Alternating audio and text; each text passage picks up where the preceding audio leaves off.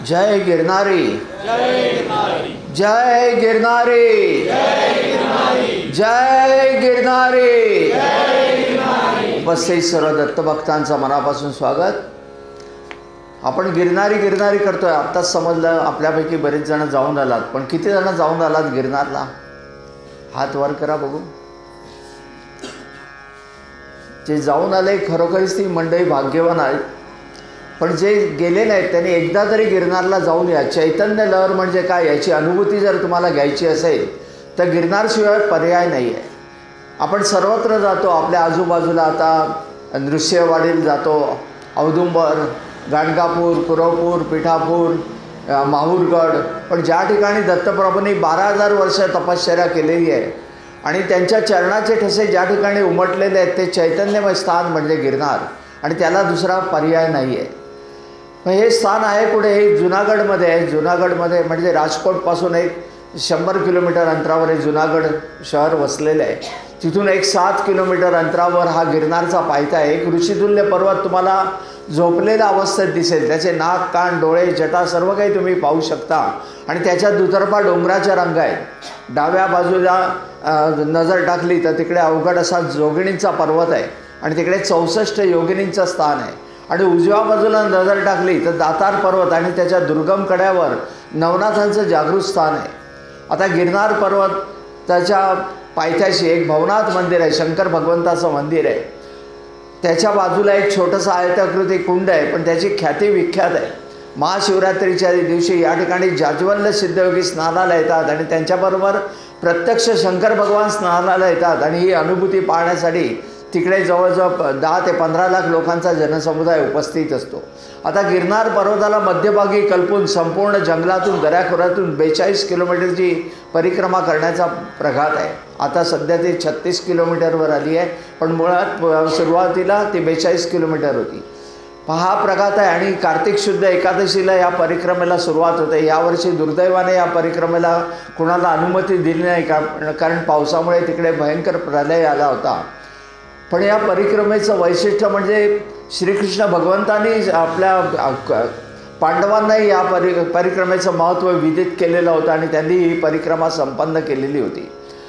आणि या ठिकाणी परिक्रमेच्या दिवशी पहिल्या दिवशी आपण जिनाबाबांचा मडी म्हणून एक स्थान आहे, ते एक जाज्वल्य सिद्धयोगी आणि त्यांच्याकडून निघालेली चिलीम ही गुरुशिखरावर दत्तप्रभूंकडे जायचं, आणि तिथून दातार पर्वताकडे, आणि दातार पर्वताकडून पुन्हा ते जिनाबाबांच्या मडीमध्ये यायचं। अशा पद्धतीचं त्या ठिकाणी त्या तिघांचं त्या ठिकाणी वास्तव्य होतं। आणि त्यातून दुसऱ्या दिवशी आपला पडाव होतो हा मालवेलाला, आणि तिसऱ्या दिवशी आपण बोरदेवीला जातो, आणि चौथ्या दिवशी back to the pavilion Girnar पर्वताच्या पायथ्याशी येऊन आपण आपली परिक्रमा पूर्ण करतो। या परिक्रमेमध्ये जवळजवळ 15 ते 20 लाख लोकांचा जनसमुदाय उपस्थित असतो। असं हे जाज्वल्य स्थान आहे गिरनार। आणि डाव्या बाजूचा रस्ता हा जातो तो भरतवन, सीतावन, हनुमानधारा या मार्गाने जंगलातून गुरुशिखरावर जातो। आणि ह्या ठिकाणी गेल्यानंतर पायथ्याशी तुम्ही गेलात की त्या ठिकाणी तुम्हाला 10,000 पायऱ्या हे ऐकून तुमची छाती दडपून जाते। 3 डोंगर आणि 10,000 पायऱ्या, 3,500 फुटापेक्षाही उंचीचं ठिकाण, त्यामुळे आपली छाती दडपून जाते। पण पहिल्या पायरीवर नतमस्तक व्हायचं, मीपणाची अहंकाराची वस्त्र उतरवायची आणि महाराजांना म्हणायचं, महाराज आपणच मला घेऊन जाणार आहात। शरणागत भाव स्वीकारायचा, आणि दत्त नामाच्या गजरामध्ये एक एक पायरीकडे अहंकाराची, मीपणाची, षड्रिपूंची एक एक वस्त्र उतरवत जेव्हा तुम्ही 9,999 पायऱ्या चढून परमोच्च स्थानी जेव्हा जाऊन पोहोचाल त्यावेळेला तुम्ही दिगंबर अवस्थेत असाल, आणि त्याच वेळेला दत्त दिगंबराचं दर्शन तुम्हाला अभिप्रेत आहे। अन्यथा होतील त्या फक्त वाऱ्या। बरीच जणं जातात, भोज्या करून येतात आणि म्हणतात महाराजांचं आम्हाला दर्शन घडलेलं नाही। जोपर्यंत तुमच्या अंतःकरणात असलेला षड्रिपूंचा कचरा जाणार नाही तोपर्यंत ईश्वर त्या ठिकाणी वास करणार नाही। असं चैतन्यमय स्थान आहे गिरनार। अशा स्थानी मी कसा पोहोचलो, तत्पूर्वी मी दत्तभक्तीकडे कसा वळलो? माझा जन्म झालेला आहे चौल या गावी। चौल म्हणजे अलिबागपासून 14 किलोमीटर अंतरावर असलेल्या चौल चंपावती नगरी। 360 मंदिर आणि तेवढ्याच पोखरणी, यामुळे या स्थानाला दुसरी काशी म्हणूनही संबोधिले जात आहे। या ठिकाणी माझा जन्म झाला तरी माझं संपूर्ण शालेय शिक्षण, कॉलेजचं शिक्षण मुंबईमध्ये दादर या ठिकाणी झालेलं आहे। शालेय जीवनामध्ये माझ्या काही मित्रांनी गुरु केले, माझ्या मागे लागले, तूही गुरु कर, गुरुशिवाय मार्ग नाही. मनाला ते पटत होतं, पण दत्तप्रभूंशिवाय नजरेसमोर कोणी येत नव्हतं. अशा वेळेला एका गुरुपौर्णिमेला महाराजांच्या मंदिरात गेलो, चाफ्याचं फूल अर्पण केलं आणि महाराजांना म्हणालो, आजपासून आपण माझे गुरु, या लेकराचा सांभाळ करा, आपल्या चरणापाशी बसण्यासाठी मला लायक बनवा. आणि त्या दिवसापासून आजपर्यंत आमचा गुरुशिष्यांचा प्रवास सुरू आहे. मनुष्य स्वभाव कळत नकळत आपल्या हातून चुका घडतात आणि चुका घडल्या की सक्षम गुरु हातात दंड धरून तुम्हाला चोपून काढतात. असा मार मी महाराजांकडून खाल्लेला आहे. पण मार माझ्या पाठीवर त्याचे व्रण उठलेले आहेत, पण त्याच्या वेदना मात्र महाराजांच्या अंतःकरणावर उमटलेल्या आहेत. कारण आई आणि बाप या दोघांचं प्रेम त्या ठिकाणी आहे, म्हणून आपण गुरुला सर्वोच्च स्थान दिलेलं आहे. असे सक्षम गुरु जीवनामध्ये मिळाले आणि जीवनाचा इतिहास बदलून गेला.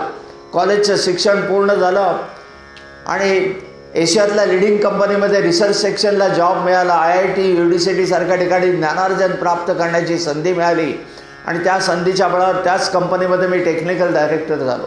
पुढे मनामध्ये विचार आला की ज्या चौलच्या भूमीमध्ये आपला जन्म झाला आहे तिकडे आपला काहीतरी उद्योग व्यवसाय उभा करावा, म्हणून शिवम पॉलिमर नावाची फॅक्टरी ही दत्त जयंतीच्या दिवशी सुरू केली. त्या फॅक्टरीला अभूतपूर्व असं यश आलं. त्यानंतर मी विचार केला की ज्या चौलच्या जिथे आपला व्यवसाय एका कंपनीतून मटेरियल सप्लाय करायला मी असमर्थ होतो, म्हणून वाशी, तारापूर, वाडा अशा 3 ठिकाणी मी फॅक्टरी भाड्याने घेऊन चालवू लागलो आणि यशाच्या उत्तुंग शिखरावर जाऊन पोहोचलो. जेव्हा तुम्ही यशाच्या शिखरावर जाता तेव्हा नॅचरली तुमच्या स्तुतीसुमनांचा वर्षाव होतो आणि स्तुती अहंकाराची जननी. कुठेतरी त्या अहंकाराला बीजारोपण होत गेला आणि तो अहंकार वाढीस लागला. अहंकार वाढीस लागल्यावर सक्षम गुरु जे करतात ते दत्तप्रभूने गेले. हातामध्ये दंड धरला आणि अवकाशात भरारी मारणारं माझं विमान निमिषार्धात जमीनदोस्त झालं. समोर करोडो रुपयांची फॅक्टरी आहे, पण खिशात पैसा नाही, अशी दारिद्र्यावस्था निमिषार्धात निर्माण झाली. आणि काल परवापर्यंत जे माझ्यावर स्तुतीसुमनांचा वर्षाव करीत होते ते माझे मित्र, नातेवाईक प्रत्येकजण माझ्याकडे तोंड फिरवू लागले. प्रत्येकाला हीच विवंचना होती की हा भिकारी आपल्याकडे काही याचना तर करणार नाही. अशा वेळेला मला साथ दिली ते माझ्या गुरु दत्तात्रयांनी आणि गाणगापूरला जाण्याचे संकेत दिले. गाणगापूरला पहिल्या वारीवर जाण्यासाठी निघालो. तिकडे सोलापूरपर्यंतचा प्रवास आम्ही ट्रेननी केला आहे. सहप्रवासी होते दादरचे स्वामी भक्त. त्यानं मी विचारलं, मला गाणगापूरला जायचं आहे, पुढला मार्ग सांगा. ते म्हणाले, तुम्ही प्रथमच येतात का या भागात? म्हटलं हो, प्रथमच आलो आहे. मग म्हणे आज गुरुवार आहे, तिकडे तुम्ही अक्कलकोटला कधी स्वामींच्या मंदिरात गेलात का? म्हटलं नाही. मग आज तुम्ही माझ्याबरोबर स्वामींच्या मंदिरामध्ये चला, तिकडे स्वामींच्या मठातून पालखी निघेल, ती पालखी अटेंड करा. उद्या तुम्हाला मी त्याच ठिकाणी बसमध्ये बसून देईन, जी बस तुम्हाला गाणगापूरला नेऊन सोडेल. त्याप्रमाणे मी प्रथम स्वामींच्या मंदिरामध्ये गेलो, स्वामींचं दर्शन घेतलं. संध्याकाळच्या सुमारास स्वामींच्या मंदिरातून पालखी घेऊन काही मंडळी बाहेर येत होती. आम्ही सगळीजण बाहेरच्या रिंगणामध्ये उभे होतो. मनामध्ये विचार तळून गेले, किती भाग्यवान लोक आहेत ज्यांना स्वामींची पालखी वाहण्याचं भाग्य लाभलेलं आहे आणि आपण अभागी असे दूर उभे आहोत. अंतःकरणात उमटलेले विचारांचे सूक्ष्म तरल स्वामींनी टिपले आणि पालखी वाहणाऱ्या ब्राह्मणाचं माझ्याकडे लक्ष गेलं. त्याने मला बोलावून घेतलं, म्हणे पालखी व्हायचं नाही, ही घ्या पालखी. स्वतःच्या नशिबावर विश्वास बसेना आणि स्वामींची पालखी वाहता वाहता स्वामींनी माझा भार केव्हा हलका केला तेही कळलंच नाही. तिकडे दुसऱ्या दिवशी मी गाणगापूरला जाऊन पोचलो. संगमावर गेलो, स्नानासाठी पाण्यामध्ये डुबकी मारली आणि आजूबाजूला वावरणारे संन्यासी पाहून अचंबित झालो. मला वाटलं आम्हाला झालेला भास असेल. पुन्हा बाहेर आलो, पुन्हा डुबकी मारली, ते संन्यासी आलेनात. म्हटलं हे गाणगापूर काहीतरी विलक्षण दिसतंय. पुढल्या पौर्णिमेची मी आतुरतेने वाट पाहू लागलो. पुढल्या पौर्णिमेला भीमभटांच्या घरी, म्हणजे मंदिराच्या समोर असलेल्या भीमभटांच्या घरी मी पहिल्या मजल्यावर उतरलो होतो. माझ्या बाजूच्या रूममध्ये काही पुणेकर जे नित्य नेमाने पौर्णिमेला गाणगापूरला येत होते, असा तो 10-12 जणांचा ग्रुप होता आणि त्यांच्यासमोर एक काका म्हणून वयस्कर ग्रस्त होते. त्या काकांना मी विनंती केली, काका उद्या जर तुम्ही पहाटे संगमा स्नानाला जाणार असलात तर कृपा करून मला बोलवा, मला स्नान उरकून पहाटेची आरती अटेंड करायची आहे. ते म्हणाले अवश्य बोलावतो. ते त्यांच्या रूममध्ये झोपे गेले. मी माझ्या रूममध्ये झोपलो होतो. पहाटेच्या सुमारास दरवाजा ठोठावला गेला. डोक्यावर आडवी टोपी घातलेले काका समोर उभे होते. मला विचारता, येताय ना स्नानाला? मी तयारी केली, त्यांच्या समोर निघालो. त्यांना विचारलं, तुमच्याबरोबरची बाकीची मंडळी कुठे आहेत? म्हणजे ते झोपल्यात, मागावून येतील. आणि आम्ही दोघंही संगमावर जाऊन पोहोचलो, पाण्यामध्ये उतरलो आणि आजूबाजूचा परिसर हा सुगंधाने न्हावून निघाला होता. स्नान उरकून आम्ही मंदिराच्या दिशेने येऊ लागलो. काका म्हणाले तुम्ही तुमची पूजेची तयारी करून या. म्हटलं आपण कुठे जाताय? मी मंदिरात जाऊन बसतो. आणि ते मंदिराच्या दिशेने निघून गेले. मी माझ्या रूमवर आलो, पूजेचं साहित्य जमा करीत होतो. पुनश्च दरवाजा ठोठावला गेला. दरवाजा उघडला, पाहत होतं समोर काका आणि 10-12 जण उभे होते. आणि काका मला सांगतायत आज आम्हाला उठायला उशीर झालेला आहे, आत्ता आम्ही संगमावर स्नानाला चाललो आहे, आपण येणार का? मी अचंबित झालो. मी कोणत्या काकांबरोबर स्नान उरकून आलो होतो. पुढल्या पौर्णिमेची मी आतुरतेने वाट पाहत होतो. अशा 5 पौर्णिमा तिकडे संपन्न झाल्या आणि 6वी पौर्णिमा एक गुरुपौर्णिमा, प्रत्येक गुरुभक्तासाठी एक अनमोल क्षण. त्या दिवशी आपण आपल्या गुरुच्या चरणावर नतमस्तक व्हायचं, पुढील वाटचालीसाठी त्यांचा आशीर्वाद घ्यायचा असा प्रघात. पण गाणगापूरला आपण महाराजांच्या चरणकमलावर नतमस्तक होऊन शकणार नाही खंत मनामध्ये होती. आणि अशा द्विधा मनस्थितीत 4 दिवसांवर पौर्णिमा येऊन ठेपली होती. आणि पहाटेच्या सुमारास दृष्टांत झाला की गिरनारला आहे म्हणून. पण गिरनार त्यावेळेला कुठे आहे किंवा काय याविषयी मी अनभिज्ञ होतो. सकाळी उठलो आणि दादरच्या स्वामी समर्थांच्या मठामध्ये गेलो होतो. मठातून बाहेर पडत असताना बाहेरच्या बाजूला एक बुक स्टॉल आहे, त्याच्यावर एक छोटं पुस्तक होतं, गिरनार दर्शन. हरी दहातोंडे नावांचे भांडुपला राहणारे गृहस्थ, ज्यांनी दरवर्षी एक ह्याच्याप्रमाणे 21 गिरनारच्या वाऱ्या केलेल्या होत्या, त्याचा संक्षिप्त वृत्तांत त्यांनी त्यात लिहिलेला होता. तो मी वाचून काढला आणि त्यांना फोन केला. म्हटलं मला गिरनारला जायचं आहे, कृपा करून मार्ग सांगा. ते म्हणाले अवश्य सांगतो, पण पावसाळ्याच्या दिवसामध्ये तिकडे जाण्याचा साहस करू नका. तिकडे अत्यंत मुसळधार वारा वादळ पाऊस असतो, निसर्ग झालेलं असतं, वृक्ष उन्मळून पडतात, कडे पडतात. मी सुद्धा वर्षातून एकदा जो जातो तो नोव्हेंबर-डिसेंबर म्हणजे दिवाळीनंतरचा कालावधी तिकडे जायला योग्य आहे, तोपर्यंत आपण प्रतीक्षा करा. मी म्हटलं आपण कृपा करून मार्ग सांगा. त्यांनी मार्ग सांगितला आणि मी गिरनारच्या पहिल्या वारीवर जाण्यासाठी निघालो. राजकोटपर्यंतचा प्रवास आम्ही ट्रेननी केलेला आहे. पुढील प्रवासासाठी वेरावळ बसमध्ये बसलो आहे आणि सहप्रवासी होते एक मुंबईकर जैन. त्यांनी मला विचारलं कहाँ जा रहे? बोला गिरनार जा रहा हूँ. गिरनार पे कहाँ जाओगे? बोला गुरु दत्तात्रेय. बोला ये तो बहुत कठिन यात्रा है, 10,000 पगथियाँ चढ़ना है. हमारा नेमिनाथ भगवान 4,000 पगथियाँ पे, फिर भी हम लोगों को तकलीफ़ होती है, आपको तो पहुँचते पहुँचते रात हो जाएगी. इससे बेटर है कल सुबह आप गिरनार चढ़िए. अभी आप वेरावल बस में बैठे हैं तो क्यों न वेरावल जाते हैं. वहाँ से 7 किलोमीटर डिस्टेंस पे सोमनाथ बाबा का मंदिर है, म्हणजे 12 ज्योतिर्लिंगांपैकी एक, उनका दर्शन कीजिए. फिर से 100 किलोमीटर पीछे आइए और कल सुबह गिरनार चढ़िए. त्याप्रमाणे आम्ही प्रथम गिरनारला जाण्याच्या वेळी मी प्रथम सोमनाथाला गेलो. सोमनाथाचं दर्शन घेतलं आणि मी जेव्हा भवनाथ मंदिराच्या पायथ्याशी म्हणजे गिरनारच्या पायथ्याशी येऊन पोचलो तेव्हा अंधार पडलेला होता आणि रात्रीच्या चंद्रप्रकाशात न्हाऊन निघालेला गिरनार पर्वत पाहिला आणि मनामध्ये एक वेगळा आनंद उचंबळून आला की याच पर्वतावर कुठेतरी माझे गुरु दत्तात्रेय आहेत आणि उद्या मला त्यांचं दर्शन घडणार आहे. आणि या मनस्थितीत रात्री झोप लागणं शक्य नव्हते. सकाळी लवकर उठलो आणि गिरनार चढायला सुरुवात केली. आणि काही पायऱ्या चढून गेल्यानंतर मला जाणवलं मला चालणं अशक्य आहे. आणि चौलला जेव्हा मी फॅक्टरीतून निघालो होतो तेव्हा माझ्या पायाच्या खोटेला मोटरसायकलची किक एवढ्या जोरात लागली होती की पायाची खोट सुजली होती आणि प्रवासादरम्यान याच्या वेदना वाढल्या होत्या. अत्यंत मुश्किलीने मी 500 पायऱ्या चढून गेलो. त्यानंतर एकही पाऊल पुढे पडेना, मेंदूपर्यंत कळा जाऊ लागल्या. असहाय्य होऊन मी खाली बसलोय. मी आणि माझे गुरु दत्तात्रेय यांच्यामध्ये 9,500 पायऱ्यांचं अंतर होतं आणि मी एक पाऊलही पुढे टाकू शकत नव्हतो. मनामध्ये विचार तळून गेले, आज गुरुपौर्णिमा आहे आणि मी माझ्या गुरूंचं दर्शन घेऊ शकत नसेल तर या देहाला काही किंमत नाही, त्यापेक्षा याच पायरीवर डोका आपटून प्राण द्यावा अशी मानसिकता तयार झाली. आणि ज्या क्षणी ही मानसिकता तयार झाली माझ्या पाठीवर थाप पडले. एक वृद्धग्रस्त माझ्या मागे उभे होते. त्याने मला विचारलं क्या हो गया. त्यांच्या लक्षात आला हा माणूस रडतोय. बोला क्यों रो रहे? बोला बहुत दर्द हो रहा है, मुझे गुरु दत्तात्रेय जाना है, 9,500 पगथियाँ चढ़ना है, लेकिन मेरे से एक कदम भी आगे नहीं चला जा सकता है. ते मंदपणे हंसले आणि म्हणाले जिसके दिल में श्रद्धा भक्ति और दृढ़ता है उसको दर्द क्या चीज़ है. मैं बूढ़ा इंसान है, मैं चल सकता हूँ तो तुम क्यों नहीं चलोगे. त्यांनी जबरदस्तीने दंडाला धरून मला उठून उभं केलं आणि त्यांच्यासमोर मी चालू लागलो. आणि ते पाजत असलेले बोधामृत मनाला पाजत होतं. ते म्हणाले वृक्ष बघ कसे, त्यांना तुम्ही पाणी द्या, खत द्या किंवा देऊ नका, ते तुम्हाला फळं फुलं देत असतात. ते उन्मळून पडले तरी सर्वतोपरी आपण त्यांचा वापर करतो. ते स्वतः उन्हामध्ये तापत असतात पण तुम्हाला सावली देतात. असा त्यागी समर्पित जीवन जग असा संदेश त्याने मला दिला. थोड्याच वेळात मी अचंबित झालो. माझ्या पायातील वेदना इतिहास जमा झालेल्या होत्या आणि अंबाजीपर्यंतचा प्रवास आम्ही केव्हा संपवला तेही कळलं नाही. अंबाजीपासून मी पुढे जाऊ लागलो तेव्हा त्यांनी मला अटकला, म्हणाले की बेटा ये आदि माया शक्ति है, माँ का आशीर्वाद लो और माँ से शक्ति लेके आगे आ जाओ. बोला आप कहाँ जा रहे हैं? मैं गुरुशिखर पे जाके बैठा हूँ. आणि ते धुक्यामध्ये विरून गेले. आता आपल्यापैकी बरेच जण जाऊन आलात. पावसाळ्याच्या दिवसात तुम्हाला माहिती आहे धुक्यांचे चादर असेल त्याच्या पलीकडे तुम्हाला काही दिसत नाही, किंवा एखादा थंडीच्या दिवसामध्ये सुद्धा धुक्यामध्ये पुढलं काही दिसत नाही, असाच तो प्रकार होता. 5-10 फूट अंतरावरच्या पलीकडे असणारं गोरक्षनाथांचं शिखर किंवा गुरुशिखर काही दृष्टिक्षेपात येत नव्हतं. मी आईचं दर्शन घेतलं आणि आंबेचं दर्शन घेऊन मी निघालो त्यांच्या पाठोपाठ. गोरक्षनाथांच्या शिखरावर आलो, गोरक्षनाथांचं दर्शन घेतलं आणि आयुष्यात प्रथमच मी जेव्हा गुरुशिखरावर पाय ठेवले समोर महाराजांचे चरणकमल पाहिले आणि मी स्वतःला आवरू शकलो नाही. त्या चरणावर मी साष्टांग दंडवत घातला.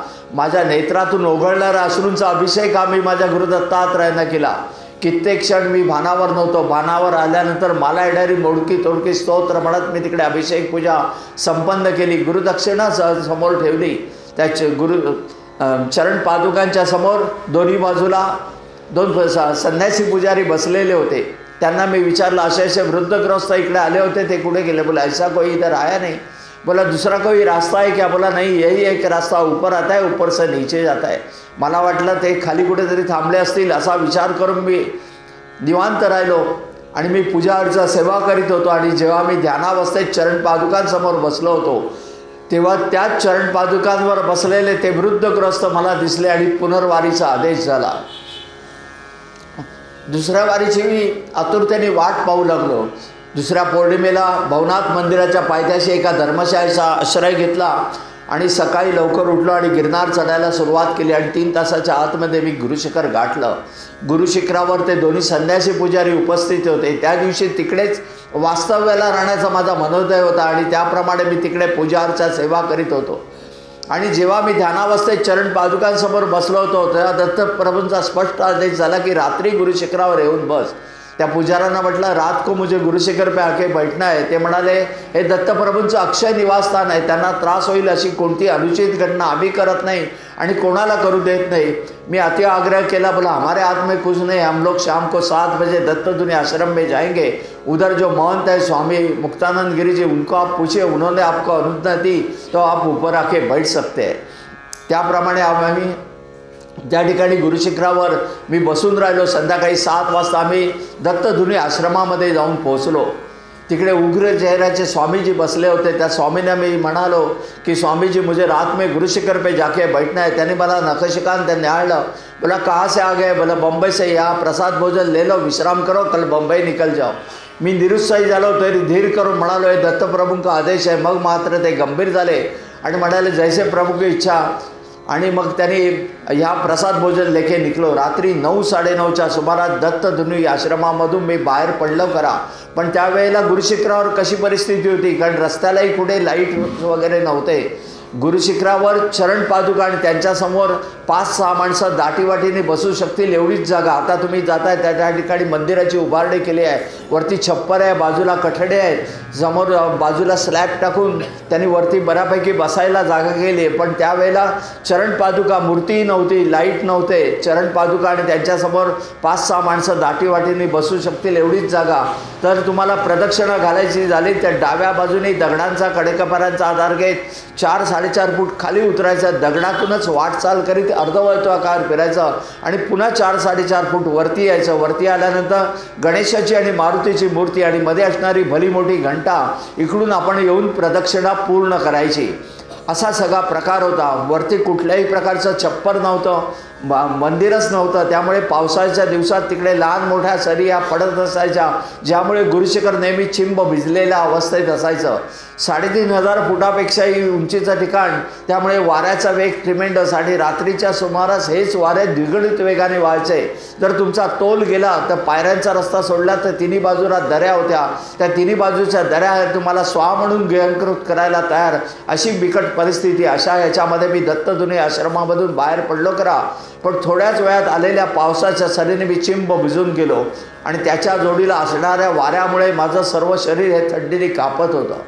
कसंबसं मी अर्ध अंतर पार केलं असेल आणि समोरून 15-20 फुटांवरून खाली उतरणारा सिंह दृष्टिक्षेपात आला. मन भीतीने गोठून गेलं. पाय थरथरू लागले. काय करावं ते कळेना. वाघ म्हटला तरी खातो, वाघोबा म्हटला तरी खातो. अशा वेळेला महाराजांचं नामस्मरण करीत मी मृत्यूच्या दिशेने पाऊल पुढे टाकलं. जसं मी हे पाऊल पुढे टाकलं तो सिंह दरीत उतरून निघून गेला आणि हा माझ्या जीवनातला पहिला टर्निंग पॉईंट ठरला. मी गुरुशिखर गाठलं खरं, पण तिथे बसून पूजा अर्चा करणं अत्यंत अशक्य होतं. कारण वरून पाऊस पडतोय, त्याच्या जोडीला थंडगार वारा, त्यामुळे सर्वांग थंडीने कापत होतं. बराच काळ मी तिकडे थांबायचा प्रयत्न केला. शेवटी पळपुटं मन म्हणू लागलं, गुरुच्या आज्ञेने वरती आलेला आहे सदा मुकाट खाली उतर, दत्तजुनी आश्रमामध्ये जा, ओली वस्त्र बदल, शेकोटीची ऊब घे आणि स्वतःला पांघरुणात झोपून दे. पण अंतःकरणात दडलेल्या त्या वेड्या पिरानी त्या मनाने दृढ मनाने उचल खाल्ली. ते दृढ मन म्हणू लागलं, गुरुच्या आज्ञेने इथे आलेला आहे तर कोणत्याही परिस्थितीत गुरुच्या आज्ञेचं उल्लंघन करू नकोस. किती प्रतिकूल परिस्थिती आली तरी इथून पलायन करायचं नाही. अगदी थंडीने कुडकुडून मेलास तरी चालेल, पण इथून हलायचं नाही. अशी दृढता जेव्हा अंतःकरणातून बाहेर पाझरली तेव्हा त्या दृढतेमुळे त्या प्रतिकूल परिस्थितीचा सामना करण्याची शक्ती शरीराला प्रदान केली गेली. आणि रात्रभर मी त्या ठिकाणी तग धरून बसलो आणि ब्रह्ममुहूर्तावर तिथेच असलेल्या जलपात्रातून मी अभिषेकाची धार महाराजांच्या चरण पादुकांवर धरली. आणि जशी ही धार चरण पादुकांवर धरली, त्या चरण पादुकांमधून एक दिव्य ज्योत बाहेर पडली आणि बाल्यावस्थेतील त्रिमूर्तीचं मला प्रथम दर्शन घडलं. अवधूत चिंतन श्री गुरुदेव दत्त.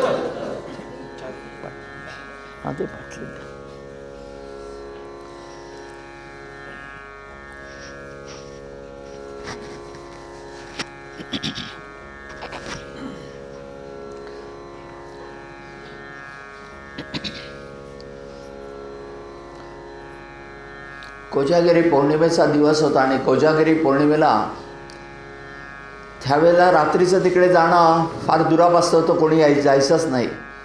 रात्रभर त्या ठिकाणी बसून साधना करायची आणि थंडीच्या दिवसात, पावसाच्या दिवसात प्रचंड थंडी वाजायची. थंडी वाजली की फक्त त्या आता तुम्हाला तिकडे जाऊ देत नाही. मध्ये त्याने पार्टिशन घातलेलं आहे. पुजारी आतमध्ये बसतात आणि दुरूनच आपल्याला दर्शन घ्यावं लागतं. पण तेव्हा काही नव्हतं. जाऊन सरळ चरणावर आम्ही पूजा करायचो. रात्र बसून तिकडे सेवा व्हायची. थंडी वाजली का फक्त महाराजांना पाचारण करायचं, त्यांच्या चरणावर हात ठेवायचा आणि म्हणायचं, बाबा मला थंडी वाजते. आणि आतून चैतन्य लहरी आपल्या शरीरामध्ये प्रवाहित व्हायच्या आणि त्या उष्णतेमुळे 2-2 तास मी त्या ठिकाणी थांबून राहायचो. पुन्हा थंडी वाजली का पुन्हा बाबांना पाचारण करायचा, असा सगळा प्रघात होता. अशा प्रकारे महाराजांनी माझ्या त्या ठिकाणी वाऱ्या करून घेतल्या. कोजागिरी पौर्णिमेला त्या ठिकाणी मी बसलो होतो आणि वरून चंद्रप्रकाश महाराजांच्या चरण पादुकांवर पडला होता. आता तिकडे छप्पर घातलं आहे त्यामुळे तो दुरापास्त झाला आहे, पण त्यावेळेला डायरेक्ट चंद्रप्रकाश तिकडे चरण पादुकांवर पडत होता. आणि त्याचा मनमुराद आनंद लुटत मी चरण पादुकांसमोर बसलो होतो. आणि त्याच वेळेला दूरवरून येणाऱ्या स्त्रियांच्या समुदायाच्या हसण्या किदळण्याचा आवाज, बांगड्यांची किणकिण, पायातील पैजणींचा आवाज येऊ लागला.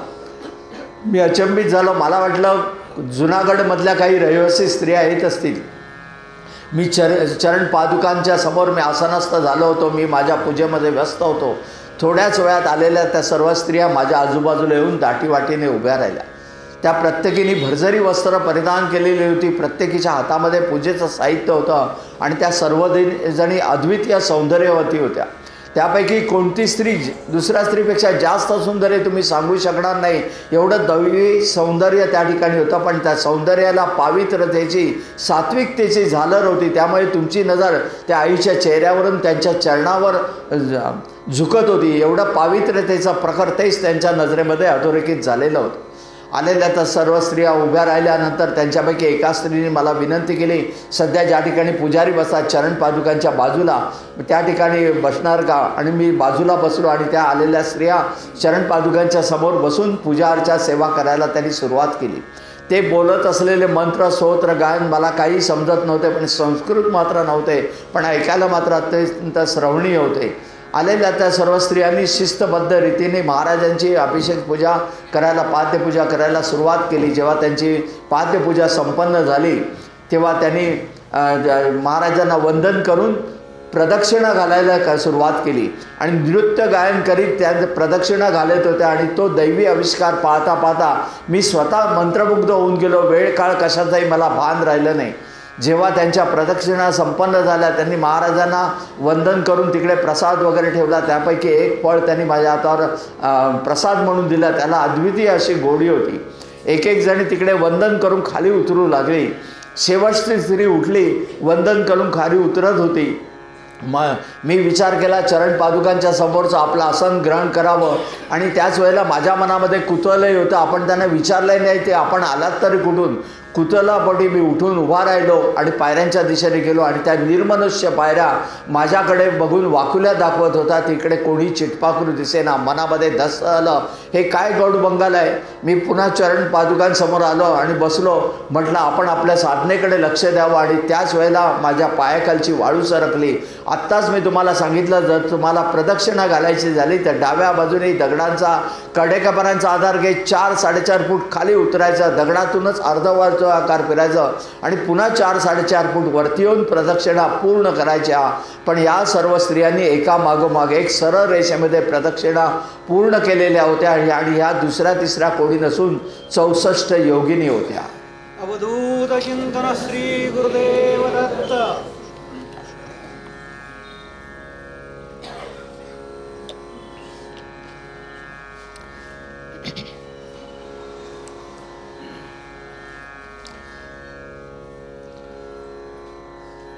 तिकडे आता पावसाळ्याच्या दिवसात तुमच्यापैकी जर कोणी गेलेलं असाल तर तुम्हाला कल्पना असेल की किती ट्रिमेंडस पाऊस असतो. आणि अंबाजीपासून गोरक्षनाथांपर्यंत जाताना अगदी तारांबळ उठते. म्हणजे तुमचा केव्हा तोल जाईल आणि तुम्ही दरीत जाल तेही सांगता येणार नाही, एवढा ट्रिमेंडस असतो. बऱ्याच वेळेला अंबाजीला आडोशाला कुठेतरी थांबावं लागतं. बहुतेक ते मंदिरही बंद असतं. बाजूचे ज्या टपऱ्या आहेत त्या हॉटेल्स ते सुद्धा त्यांनी बंद केलेलं असतं. त्यामुळे बऱ्याच वेळेला तुमचे हाल होतात. पण त्यावेळेला तर काही सांगू शकत नाही अशी परिस्थिती नेहमी असायची. आणि अशा ह्याच्यामध्ये मी एका पौर्णिमेला निघालो होतं गिरनारला जाण्यासाठी आणि संपूर्ण गुजरातला महापुराने आणि पावसाने झोडपून काढलेलं होतं. सगळीकडे सुरत, राजकोट, बडोदा, सगळीकडे अहमदाबाद, सगळीकडे महापूर आलेले होते. मी बऱ्याच मुश्किलीने मी सोमनाथपर्यंत जाऊन पोचलो कसाबसा. सोमनाथला गेलो आणि तिथून मी जेमतेम करून मी भवनाथ मंदिराच्या पायथ्याशी म्हणजे जुनागडला आलो. पण तिकडे सगळे ब्लॅकआउट झालेलं होतं. लाईटचे खांब पडलेले होते, झाडं पडली होती. आणि मी जेव्हा माझ्या ज्या धर्मशाळेत मी उतरत होतो त्या धर्मशाळेच्या जवळ जाऊन पोचलो. त्या धर्मशाळेचा मॅनेजर बाहेरच्या बाजूला बसलेला होता आणि तो निवांत बसलेला आहे. आणि मला पाहिल्याबरोबर स्वारी खुशीत आली. कारण तो जवळजवळ 40 वर्षापासून तिकडे वास्तव्याला होता आणि 40 वर्षात हा महाभाग कधी एकदाही गिरनार परत चढलेला नव्हता. त्याला नवल वाटायचा हा मुंबईकर दर महिन्याला येतो आणि गिरनारला चढतोय. त्याने नवल वाटायचं. हळूहळू त्याच्या नजरेमध्ये कुतूहल होतं. त्या कुतूहलाची जागा हळूहळू असूयेने घेतली.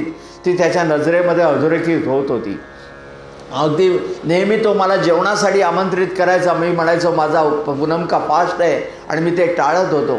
पण ह्या वेळेला स्वारीने आपल्या 6-6.5 फूट उंचीचा गडी आणि भरगच्च मिशीला ताव देत म्हणाला, आओ प्रमोद भाई, आज तो हमारे साथ में खाना खाना ही पड़ेगा और अभी कल आपको बम्बई जाना पड़ेगा. बोला क्या हो गया. बोला 3000 पायऱ्यांवर कडे पडलेले आहेत. वरती जाणारा पूर्ण रस्ता उद्ध्वस्त झालेला आहे आणि 15 दिवसांपासून ही परिस्थिती आहे और 15 दिन तो कुछ होने वाला नाही आहे.